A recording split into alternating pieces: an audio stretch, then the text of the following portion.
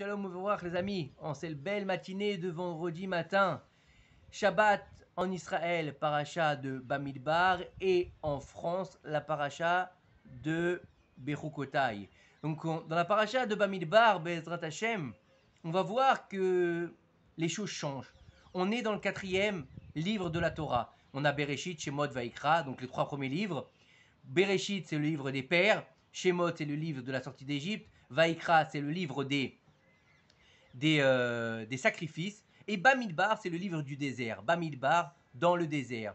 Nos sages nous disent que Bamidbar, c'est la paracha qui tombe toujours avant la fête de Shavuot, qui aura lieu Be'ezrat Hashem la semaine prochaine. Et dans la fête de Shavuot, on nous parle de don de la Torah qui sera donné Bamidbar, justement, dans le désert.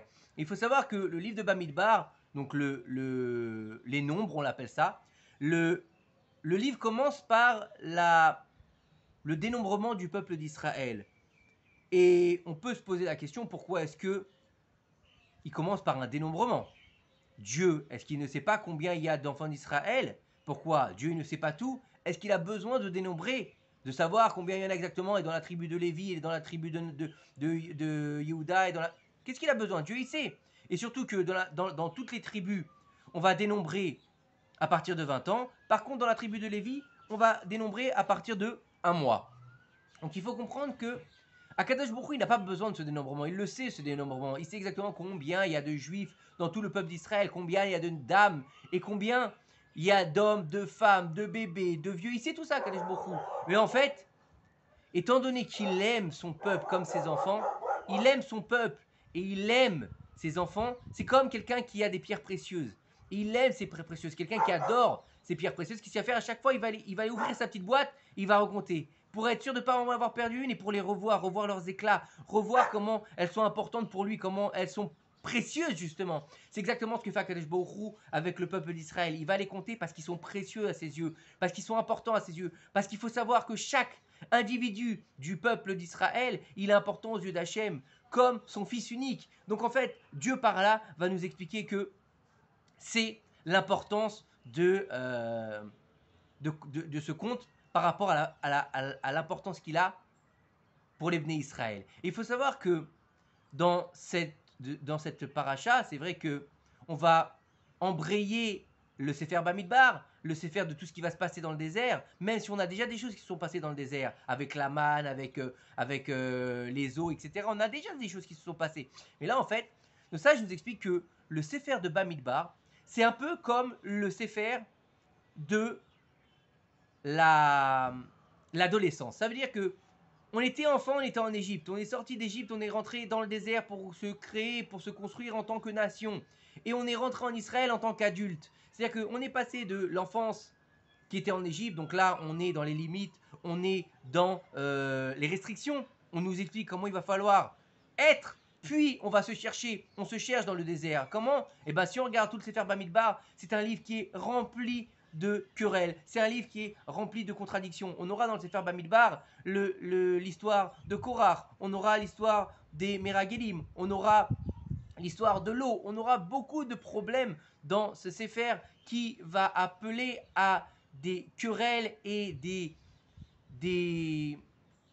interactions entre Moshe et le peuple, où il va y avoir de la violence verbale, la violence physique. On va avoir dans ce Sefer la paracha de Balak, où 24 000 personnes vont mourir parce qu'ils ont décidé que c'était comme ça, ou Korach qui va mourir aussi parce qu'il a décidé qu'il était mieux que Moshe Rabbeinu et qu'il devait être lui, Kohen Gadol, et le président du peuple d'Israël. Donc on va avoir beaucoup de remises en question, beaucoup de recherches, beaucoup d'avancées. Et on avance et on recule, on se cherche, on ne sait pas qui on est dans un désert, on est encore sous l'égide d'Akadosh Baruch Hu parce que c'est lui qui nous donne à manger, c'est lui qui nous donne à boire, c'est lui qui nous vêtit, mais en même temps, on a envie d'être des hommes libres, on a envie de changer ce qu'on était en Égypte où on était des hommes asservis, des hommes qui sont sous le joug de ce fameux pharaon. Et pour arriver en fait à rentrer en Eretz Israël comme des adultes, puisque une fois qu'on rentre en Eretz Israël, on n'a plus de manne, on n'a plus le puits de Myriam qui nous suit, on doit aller travailler la terre, on doit rentrer pour pouvoir nous-mêmes avoir notre subsistance. Donc on devient des adultes comme quelqu'un qui va grandir, qui va être pris en charge par ses parents jusqu'à qu'il grandisse. Vers 15-16 ans, il va commencer à chercher. Il va dire, je veux bosser, mais je veux pas quitter la maison. Je veux encore rester chez vous. J'ai besoin de papa et maman. En même temps, je veux m'affirmer. Je veux être un adulte, mais je suis pas encore un adulte. Je suis un enfant dans un corps d'adulte. Je suis en train de me chercher. Je suis en train de changer. Et après, il va quitter la maison quand il va se marier. Et là, il va rentrer avec sa femme dans sa maison, c'est-à-dire Israël. Et là, il va pouvoir s'assumer lui-même. Bon, malgré que au jour d'aujourd'hui, dans notre génération, c'est vrai que même après le mariage, beaucoup de personnes sont encore des adolescents frustrés et des adolescents qui n'ont pas réussi à faire leur crise d'adolescence et qui font leur crise d'adolescence à 40, 50 ans et qui malheureusement se retrouvent en exil. Exactement comme ça s'est passé avec le peuple d'Israël. Il faut savoir que dans la paracha, on nous dit que les mishpechotam, les bêtes avotam, les mishpechotam, de la maison de ses pères et pour leur famille. Ça veut dire quoi? Ça veut dire que nos sages nous disent sur cette phrase que on doit se demander tout au long de notre vie quand est-ce que nos actions se ressembleront aux actions de nos pères. Quand est-ce que ce que je vais faire moi, ça va ressembler aux actions de nos pères? Et nos pères, on sait c'est qui? C'est Abraham, Isaac et Yaakov. Quand est-ce que mes actions vont ressembler à celles d'Abraham, Isaac et Yaakov? Est-ce que franchement, on peut croire que nos actions vont ressembler à Abraham, Isaac et Yaakov? Est-ce qu'on est capable de prendre son fils et le monter sur un sacrifice? Ou un fils aujourd'hui, vous allez lui dire, écoute, ce matin, on va faire une petite balade et après, je vais te sacrifier. Et lui va dire, banco papa, il n'y a pas de souci. Et tu sais quoi? N'oublie pas de bien attacher les liens, comme ça je me défais pas. Pas du tout. Et Yitzhak Avinu, il avait 37 ans, il aurait pu dire à son père, mais t'as perdu la tête, laisse-moi tranquille. Il aurait dû le repousser. Non, il a rien dit. Il est venu, il a accepté. Yaakov avec Lavan, il a rien dit. Pendant plus de 20 ans, il lui a fait la misère alors qu'il aurait pu lui casser la tête. Puisqu'il s'est battu contre un ange. Il était fort, Yaakov. Il a préféré rien faire. Abraham, Ishresed, on le jette dans une fournaise, il a 10 épreuves, il aurait dû dire hey, Dieu, jusqu'à quand? Ça suffit. Non, il a rien dit. Il lui dit sacrifie ton fils unique que tu as eu après 100 ans. Et lui, il dit quoi? Je me lève le matin et j'y vais. Je me lève de bonne heure pour préparer moi-même mon âne. Nous, on dirait mais Akadosh Baruch Hu, laisse-moi tranquille. Pourquoi tu veux que je fasse ça? Je vais pas tuer mon fils que j'ai eu après 100 ans. Alors qu'est-ce qu'on est capable de faire les mêmes actes que Abraham, Yitzhak et Yaakov? Non.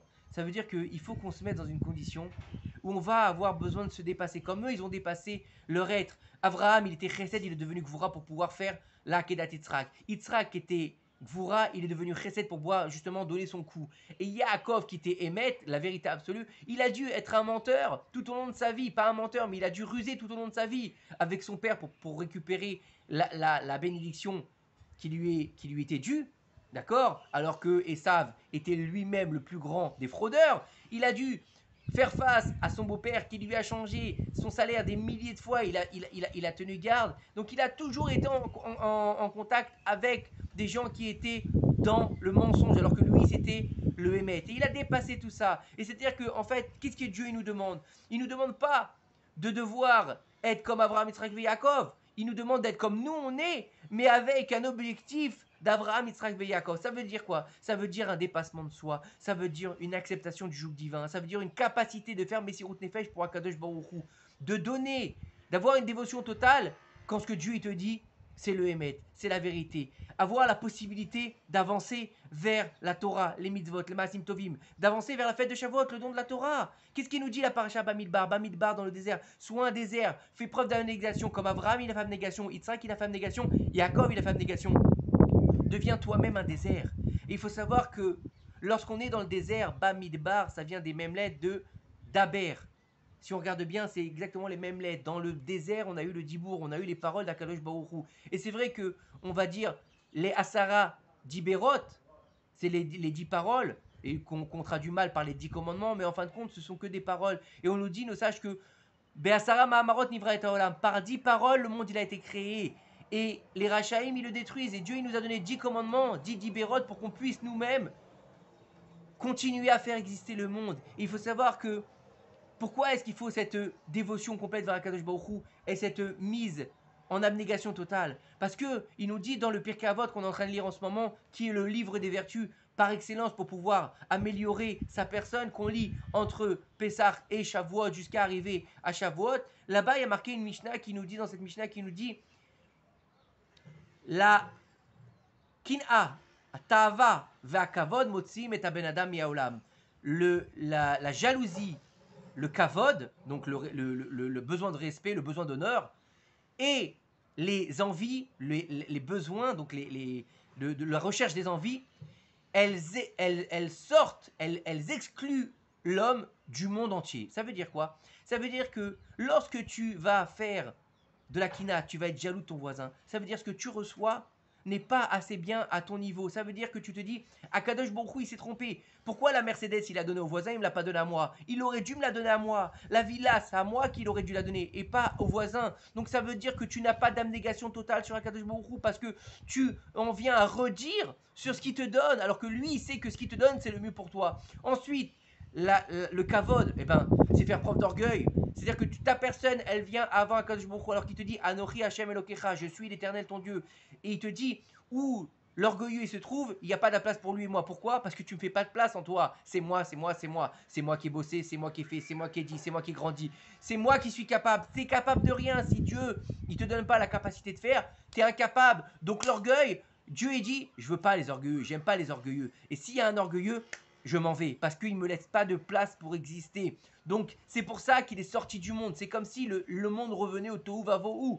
Et ensuite, la ta'ava. Ça veut dire que la ta'ava, c'est quoi? La recherche des plaisirs, la recherche des envies. Comme les 7 péchés capitaux. C'est-à-dire que la personne, elle pense qu'à une seule chose, c'est de faire vivre son corps. Ça veut dire qu'elle veut nourrir son bout de chair. Il n'y a rien qui l'intéresse à part ce monde-ci. Et Dieu, il te dit, ce monde-ci, c'est quoi? C'est un couloir qui te mène au Lamaba. C'est comme si tu passais par un couloir qui te menait au monde de la vérité. Donc si toi, tu veux vivre que dans ce monde, eh ben, tu disparaîtras du monde. Pourquoi? Parce que tu cherches pas la vérité, tu cherches que le mensonge, tu cherches que à faire vivre ton âme animale. Et donc, tu manques l'essentiel. Donc la kin'a, la tava et le kavod motzi medada minaolam. Ça veut dire quoi minaolam? Ça veut dire pas qu'elle le sorte de ce monde-ci, ça veut dire qu'elle le sort du monde de vérité.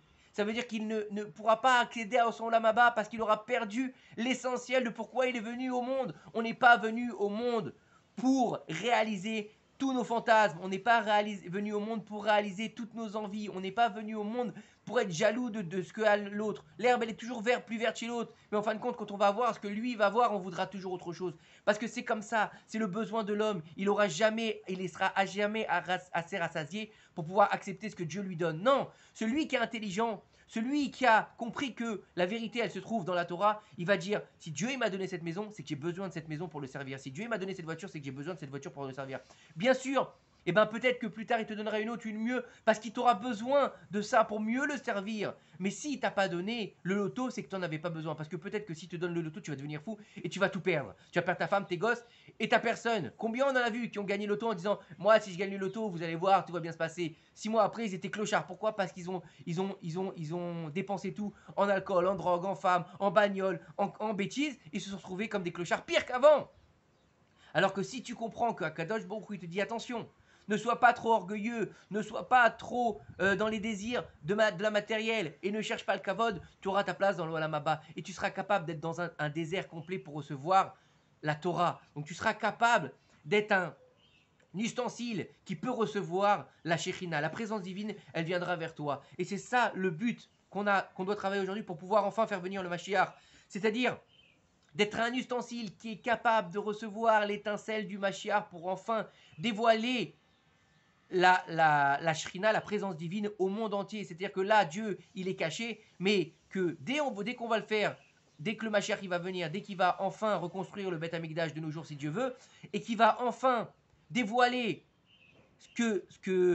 comment dire, Hachem à la face de la terre, donc Dieu il n'aura pas besoin de se cacher, et donc on aura un Gilou de Ashrina, donc on vivra à 100% avec Akadosh Baruch Hu, on sera devenu un ustensile capable de recevoir et de contenir la présence divine, ce qu'on n'est pas capable aujourd'hui. Donc le but, pour pouvoir réussir à le faire, c'est d'étudier la Torah, de faire les mitzvot, de travailler ses vertus et de devenir quelqu'un qui est capable de faire une abnégation totale pour Akadosh Baruch Hu. Parce que celui qui fait sa volonté, eh ben, Dieu il fera sa volonté. Fais sa volonté pour qu'il fasse ta volonté. Et si tu fais ta volonté, rien n'est impossible. Pourquoi? Parce que rien n'est impossible pour Dieu. Tout paraît impossible, mais dès le moment où tu es dans les bras du patron, rien n'est impossible. Dès le moment où tu es dans les bras du Créateur, eh ben, il est capable de faire même changer la création pour toi. Comme il a fait avec le peuple d'Israël, à partir du moment où ils étaient dans ses mains, quand ils sont sortis d'Égypte, il a ouvert la mer, alors que la mer, normalement, nage dedans. Non, ils ont marché à l'intérieur. Il leur a donné le pain qui tombe du ciel, alors que normalement, le pain, il sort de la terre. Il leur a donné un puits dans le désert, alors que dans le désert, il n'y a pas d'eau. Naaseh retzono, yaaseh retzoncha. Shabbat shalom umevorach.